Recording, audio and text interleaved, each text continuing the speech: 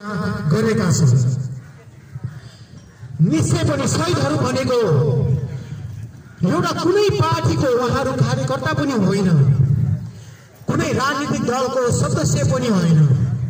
उहाँहरू त केवल देशको परिवर्तनको लागि देशले मुक्ति पाउनुपर्छ, अन्याय अत्याचारबाट देशले मुक्ति पाउनुपर्छ भनेर लड्नु भएको एउटा नायकहरू हुनुहुन्छ। र यहाँ फोटोमा देखिराख्नु भएको छ, जसलाई म व्यक्तिगत रूपमा असली शहीद भनेर म उहाँलाई सम्बोधन गर्न चाहन्छु। यहाँ 46 सालको परिवर्तन पश्चात यस्ता यस्ता घटनाहरू पनि भएका छन्। शहीदको शब्द नै, शहीद शब्दको अर्थ अपमूल्यन हुने किसिमले अहिलेका वर्तमान राजनीतिक दलका दलालहरूले अपभ्रमित गर्नु भएको छ।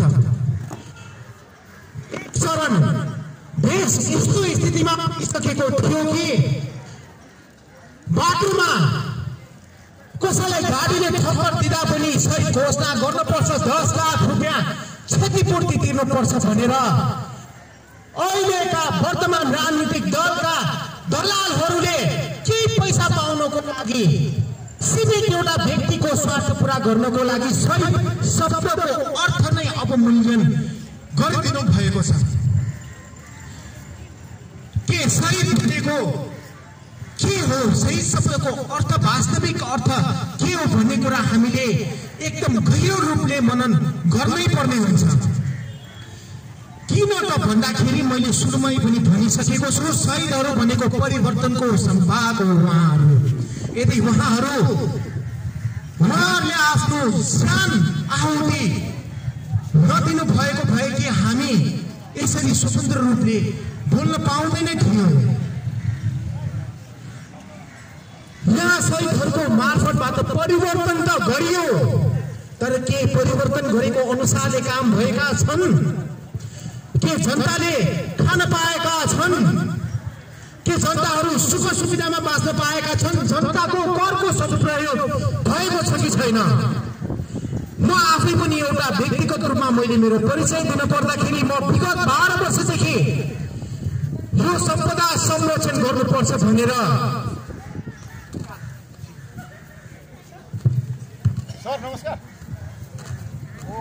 म आफै पनि संरक्षण गर्नुपर्छ भनेर राखेको एउटा व्यक्ति, देशको लागि केही गर्नुपर्छ भनेर म लागेको एउटा व्यक्ति हुँ। यहाँ शहीद दिवसको कार्यक्रम मनाउँदै गर्दाखेरि मलाई याद आइरहेको छ कि प्रहरी साथीहरूले मैले त केवल त्यतिखेर एउटा कुलमान किसिमको पुनर्नियुक्तिको लागि थिएँ। आजभन्दा केही महिना अगाडि मात्र भएको घटना हो, जुन बिजुली बजारको पुलमा भएको थियो, जुन रक्ताम्य भएको भिडियो यहाँहरूमा आज एउटा भाइरल भएको थियो, त्यो व्यक्ति म नै हो। त्योभन्दा अगाडि पनि मैले कयौं प्रहरी साथीहरूबाट यस्तै दुर्व्यवहारहरू भोगेको छु।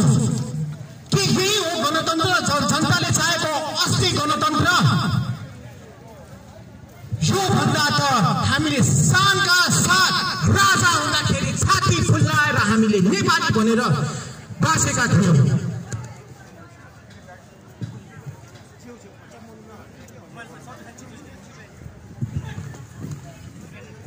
यो भन्दा त राजा हुँदाखेरि नै हामीले छाती फुल्लाएर नेपाली भनेर गर्व गर्ने एउटा वातावरण बनेको थियो।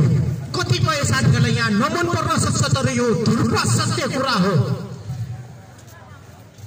नेपालको राज संस्था, नेपालको एकीकरणको एउटा नियमको रूपमा रहेको राज संस्था हो भनेर भन्दा दुई मत नपर्ला। मैले अलिकति यहाँ कार्यक्रमको यो सुरुवाती चरणमा मैले भूमिका बाँध्न मैले उचित ठानेको छु। किन भन्दाखेरि यो कार्यक्रमको उद्देश्य के हो भन्ने बारेमा मैले अलिकति क्लियर यहाँहरूमा आज गर्नै पर्ने हुन्छ। मैले अघि नै पनि यहाँ हाम्रा आयोजक साथीहरूसँग कुरा गरिरहेको थिएँ के गणतन्त्र आइसकेपछि हाम्रा सांस्कृतिक सम्पदा संरक्षण भएका छन्?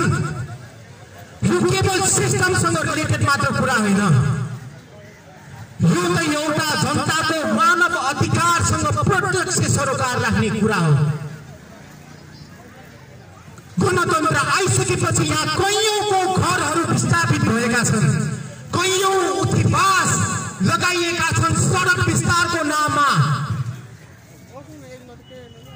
कैयौं सम्पदाहरू भट्किएका छन्, बेचिएका छन्। उदाहरण यही हाम्रो ठाउँ नै छ, यता हेर्नुहोस् सम्पदाको हालत कस्तो भइरहेको छ। भूकम्प गएको 6 वर्ष बितिसक्दा पनि यी सम्पदाहरू पुनर्निर्माण हुने कुनै साकात छैन। किन यस्तो भइरहेको छ? किन सम्पदाहरू यो भन्न सकिरहेका छैनन् भन्दाखेरि यसको एउटै कारण छ, राजनीतिक भ्रष्टाचार, राजनीतिक दलको दबदबा, राजनीतिक दलको भागभन्दा। यही कारणले गर्दाखेरि सम्पदाहरू पुनर्निर्माण हुन सकिरहेका छैनन्। म आफै पनि सम्पदा बचाउँछु भनेर लागिराखेको व्यक्ति भएको हुनाले यहाँ भित्र के भइरहेका छन् भन्ने कुरा मैले एक जानकारी लिइराखेको छु। मलाई कतिपय मित्रहरूले मलाई भन्नुहुन्छ कि राज संस्थाले हामी जनजातिहरूलाई दबायो, कुल्च्यो, पिल्च्यो भनेर कतिपय साथीहरूले मलाई भन्नुहुन्छ। के त्यतिखेर राज संस्थाले दबाएको तपाईहरूले आफ्नै प्रत्यक्ष आँखाले देख्नु भएको छ?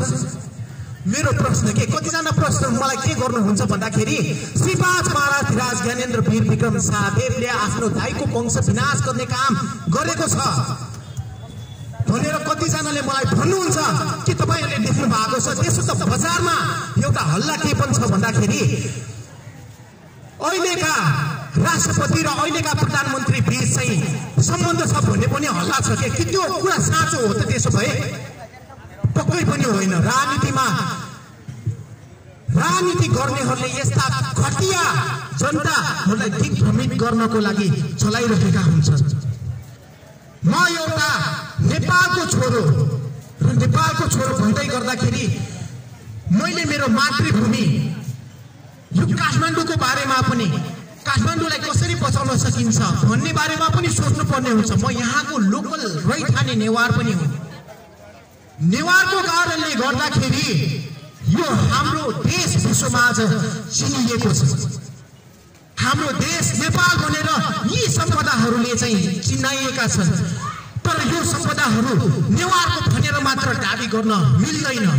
यो हामी सम्पूर्ण राष्ट्रको सम्पत्ति हो र राष्ट्रको रहिरहनेछ। यो विश्व सम्पदामा सूचीकृत क्षेत्र हो, त्यसैले यो विश्वको सम्पत्ति हो। यसलाई संरक्षण गर्न हामी सबैको उत्तिकै दायित्व हुने गर्दछ। र मलाई केही मित्रहरूले भनिराख्नुहुन्छ, हिजो शहीद दिवसको सन्दर्भ थियो, कुरा के आएको थियो भन्दाखेरि मैले फेसबुकमा शहीदहरूको नाम सालिक भन्ने उल्लेख गरिएको छ, जात उल्लेख गरिएको छ भन्ने कुरा मैले फेसबुकमा आफ्नो स्ट्याटसमा मैले पोस्ट गरिएको थिएँ।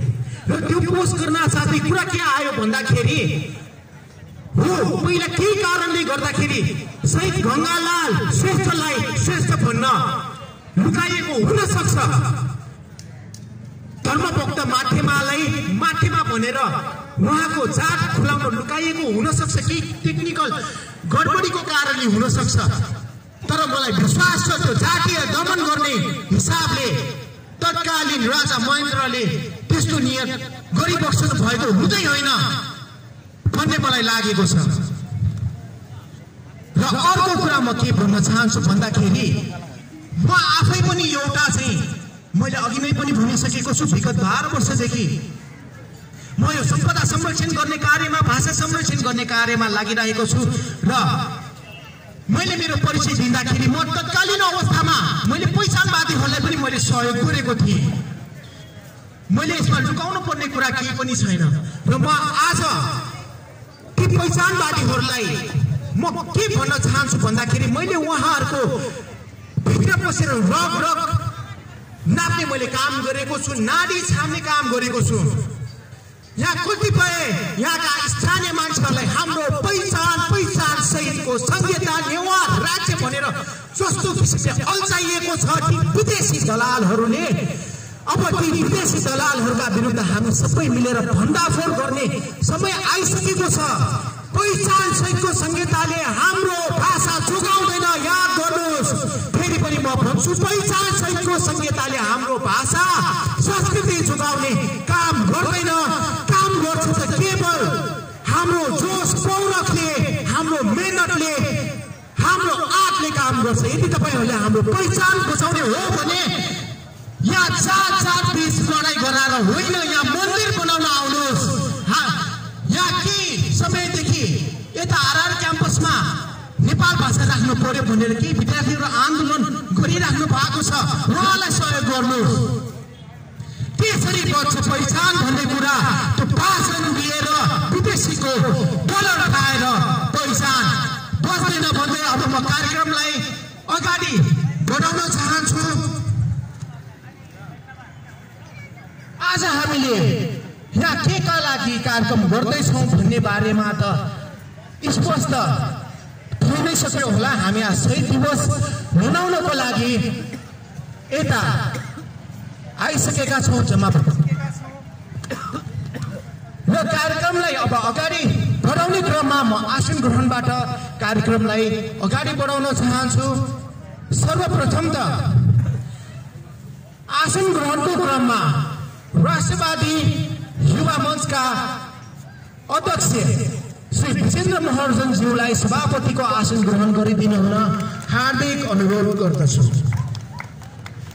आज हामी 3वटा संस्था मिलेर हनुमान ढोका दरबार मठ मन्दिर पुजारी संरक्षण समिति, राष्ट्रवादी युवा मञ्च तथा नेपाल ड्राइभर संघको संयुक्त आयोजनामा कार्यक्रम गरिराखेका छौँ र यहाँ हाम्रो सानो प्रयासबाट पनि जनसमुदायहरू एकत्रित भइराख्नु भएको छ। आफ्नो राष्ट्र जोगाउनु पर्छ र देश जोगाउनु पर्छ र शहीदहरूप्रति सम्मान गर्नुपर्छ भन्ने हिसाबले आइदिनु भएको छ। र आसन ग्रहणकै क्रममा आयोजक कमिटीबाट हनुमान ढोका दरबार मन्दिर पुजारी समितिका अध्यक्ष श्री इन्दमान श्रेष्ठज्यूलाई आसन ग्रहण गरिदिनु हुन हार्दिक अनुरोध गर्दछु।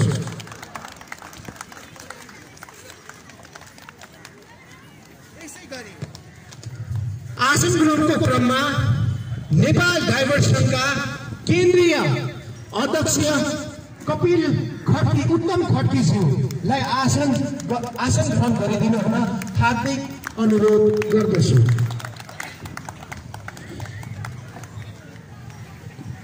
निश्चय पनि कुनै पनि कार्यक्रम गर्दाखेरि प्रमुख अतिथिको आवश्यकता रहेको हुन्छ र उहाँको भूमिका एकदम महत्त्वपूर्ण रहेको हुन्छ। हजुर, आज हामीले यस्ता प्रमुख अतिथि बोलाएका छौँ जो विगत लामो समयदेखि एउटा राष्ट्रवादी आन्दोलनमा लागिराख्नु भएको छ।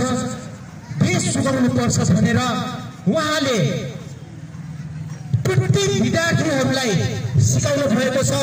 पेसाले उहाँ प्राध्यापक हुनुहुन्छ र प्राध्यापक आफ्नो पेसा सँगसँगै उहाँ राष्ट्र जोगाउने आन्दोलनमा पनि एकदम सक्रियतापूर्ण लागिराख्नु भएका व्यक्ति हुनुहुन्छ। आउनुहोस् उहाँलाई स्वागत गरौँ। श्री उत्तम कर्मचारीज्यू प्रमुख अतिथिको आसन ग्रहण गरिदिनु हुन हार्दिक अनुरोध गर्दछु।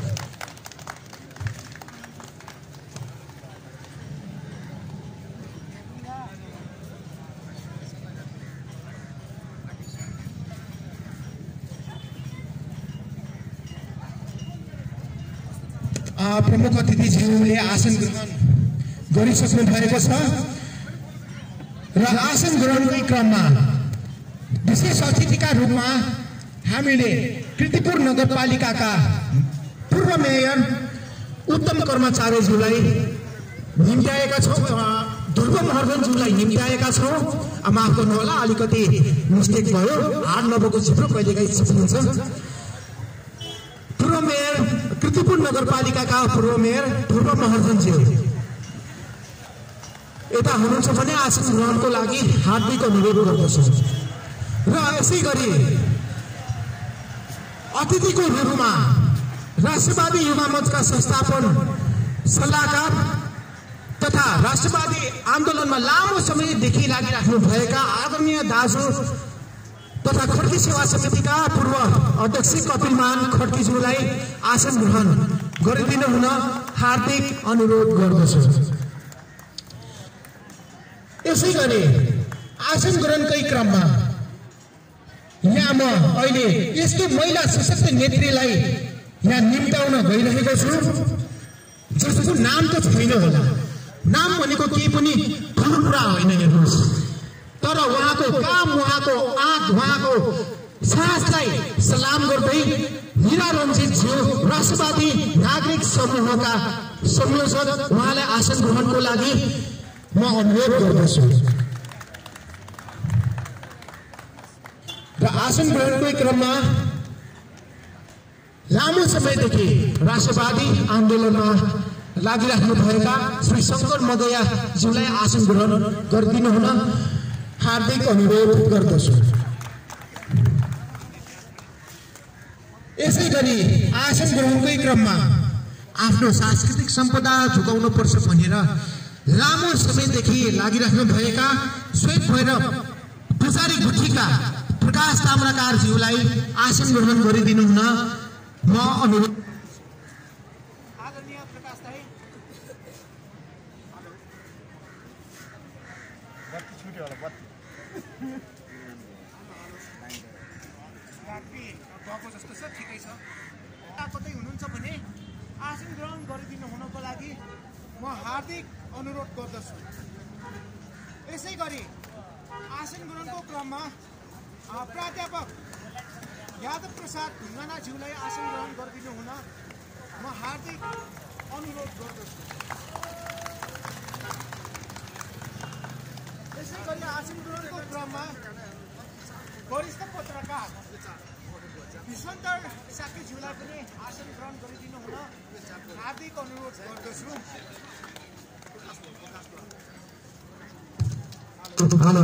हेलो। र आसन ग्रहणको क्रममा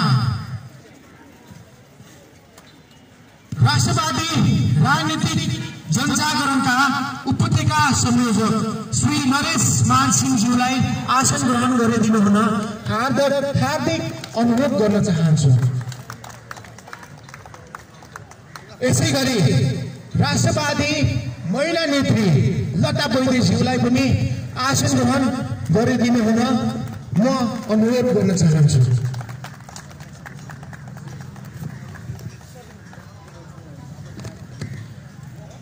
आदरणीय श्वेत भैरव पुजारी गुठीका प्रकाश ताम्राकार दाइ आसन ग्रहण गरिदिनु हुनका लागि म अनुरोध गर्न चाहन्छु।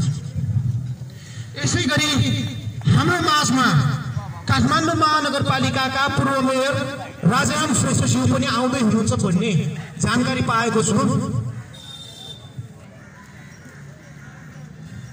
र यसै गरी आसन ग्रहणको क्रममा वर्तमान समयमा नेपालको राजनीतिक व्यवस्था परिवर्तन गर्नुपर्छ भनेर एकदम सशक्त भूमिका खेलिराख्नु भएका साई शक्ति नेपालका हेमगिरीलाई आसन ग्रहण गरिदिनु हुन हार्दिक अनुरोध गर्दछु।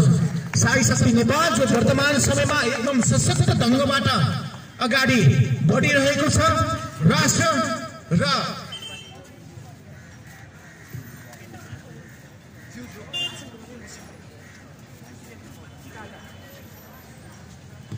जो वर्तमान समयमा एकदमै सशक्त भूमिका निभाएर गइरहेको संगठन हो साई शक्ति नेपाल। र अब म आसन ग्रहणको क्रमलाई केही यतै विश्राम दिन चाहन्छु। र यहाँ आसन ग्रहणकै क्रममा विशिष्ट अतिथि अधिवक्ता जुक्तिजन लामिछानेज्यू आएका हुनुहुन्छ भने आसन ग्रहण गरिदिनु हुन हार्दिक अनुरोध गर्दछु। र अब कार्यक्रमलाई अगाडि बढाउने क्रममा राष्ट्रवादी युवा मञ्चका केन्द्रीय महासचिव तथा वरिष्ठ इतिहासकार मदनराम कर्मचारीज्यूलाई स्वागत मन्तव्य राखिदिनु हुन म हार्दिक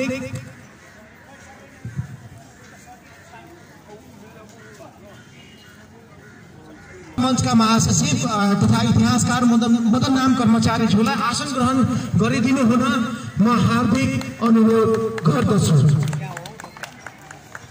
र अब कार्यक्रमलाई अगाडि बढाउने क्रममा मन्तव्यको क्रम पछि गर्ने भन्ने कुरा भएको छ र शहीदहरूको योगदान हामीले बिर्सिनु हुँदैन। यदि बिर्स्यौं भने त्यो जतिको अपराध केही पनि हुनेवाला छैन।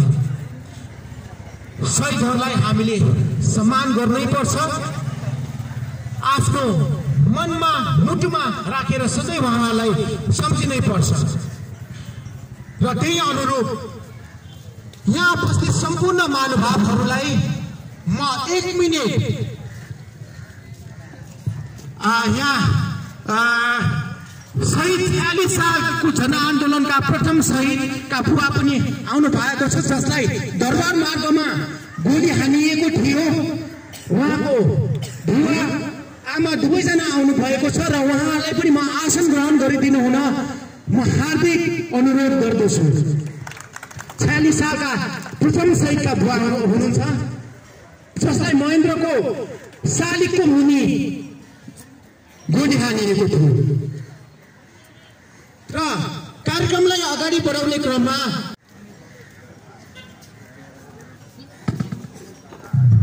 शहीदहरूको योगदान हामीले कदर गर्दै पर्ने हुन्छ।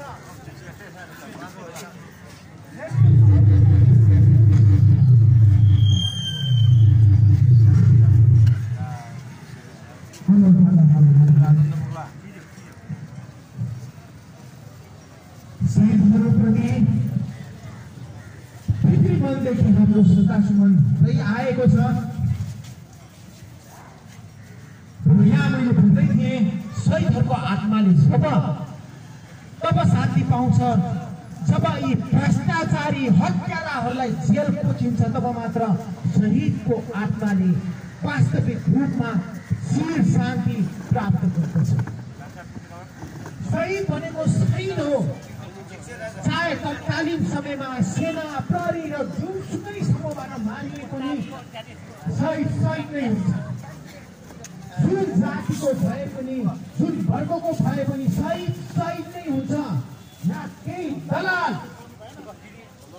पैसानवादीका नाममा दलको व्यापारी गरिराखेका एजेन्टहरूले शहीदहरूप्रति पनि एउटा यहाँ जातीय वर्गीय क्षेत्रीय लैङ्गिक हिसाबले काम गरिरहेको छ।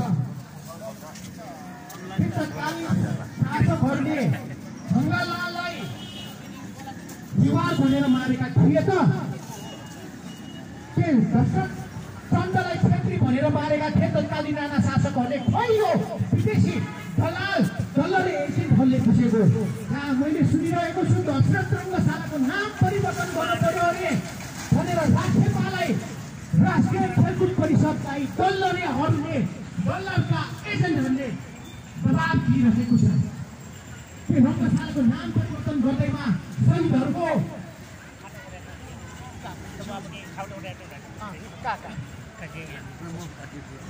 छुट हामीलाई के आयो वो चाहिँ केही दल र एजेन्टहरूले यहाँ शहीदको नाम परिवर्तन गर्न